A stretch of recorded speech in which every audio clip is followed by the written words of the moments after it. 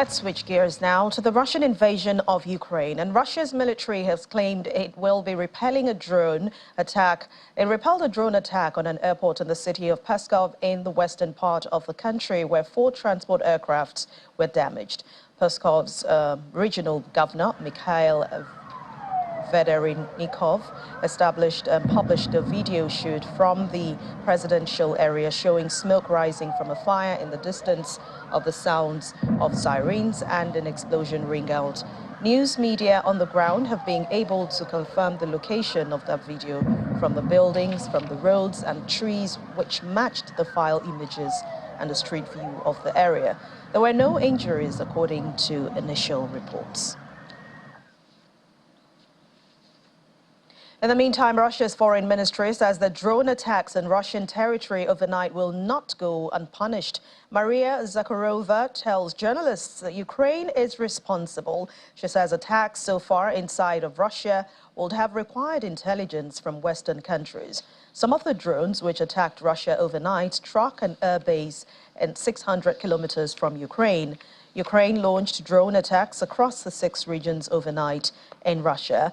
And a call with reporters, Kremlin spokesman Dmitry Peskov says that Russian President Vladimir Putin received constant updates about such strikes. According to Reuters, Russia is working out where the Ukrainian drone attacks are being launched from in order to prevent further such strikes.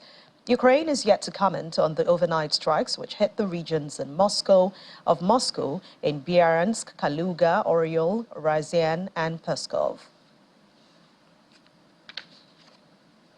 At least 2 people have been killed and 2 others wounded in a massive Russian missile and drone attack on the Ukrainian capital on Wednesday. Officials say debris from targets destroyed by air defense fell on several buildings in the city. Mayor Vitaly Klitschko said the bodies of 2 people were found in a non-residential building and 1 person was wounded by glass shards. According to him, the general commander-in-chief of Ukraine's armed forces, Ukrainian air defenses shot down all 28 Russian missiles and 15 out of 16 drones launched overnight. Kyiv authorities are saying that several buildings were damaged by debris, while officials of Kyiv region reported that 6 private houses were damaged by missile fragments and several people were injured in the process. A private burial ceremony is reported to have taken place in St. Petersburg on Tuesday for the Wagner mercenary boss Yevgeny Prigozhin. Most of the first group of people to visit the grave were members of the press, with only a handful of members of the public and people wearing Wagner insignia seen at that burial site.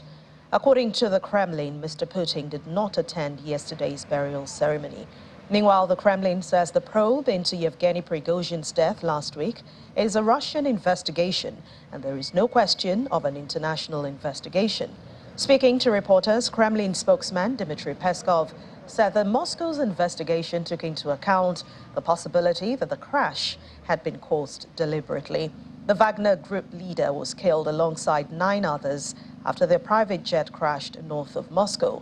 His death has sparked widespread discussion, with some analysts alleging that Russia's highest authorities were to blame, but the Kremlin vehemently denies all these allegations.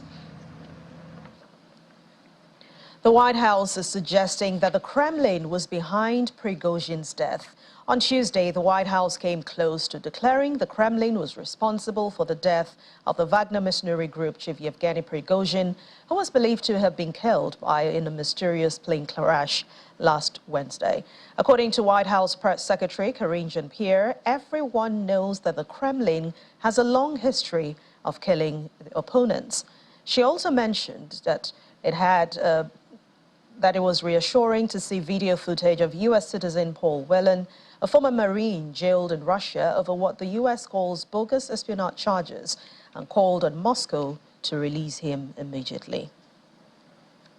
I don't have any new assessment for you, but it seems pretty evident what happened here. As the president said this recently, I believe as early as last week, that, and I quote, "There's not much that happens in Russia that Putin is not behind." And if this is what it seems to be, this what is certainly was not just predictable, but it was predictable or predicted, if I should say. We all know that the Kremlin has a long history of killing its opponents. That is the history of the Kremlin. And if we take a step back, if you look back for a second, all of this happened because of dysfunction inside Russia. A Russian warlord himself, a cold-blooded killer, a cold-blooded murderer, became so frustrated by the way that the Russian government was waging its unprovoked war against Ukraine that he criticized Russia's failing policies. You heard that directly from him. And so he called out the war's needlessness and marched on Moscow before reaching a deal with Mr. Putin. He made that we saw that, you all covered it for multiple hours. And so now 2 months later, after he struck that deal, he's been killed. So, it's very clear. It's pretty evident what happened here. Don't have anything else to say. U.S. officials have spoken with Paul within the last several months. I think, as you all know that, but it was reassuring to see that he remains, and this is to use his brother's words, unbowed. Paul continues to show tremendous courage. That does not change that his circumstances are truly unacceptable, and we will continue to be very clear about that. Russia should release him immediately, and that is something that, again, we have been very consistent about.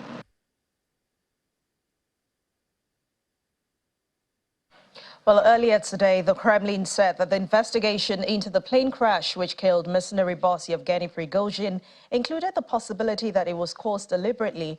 Its first explicit acknowledgement that he may have been assassinated. Kremlin spokesperson Dmitry Peskov said it is obvious that different versions are being considered, including the version, you know what we are talking about, let's say a deliberate atrocity. Adding further, let's wait for the results of our Russian investigation.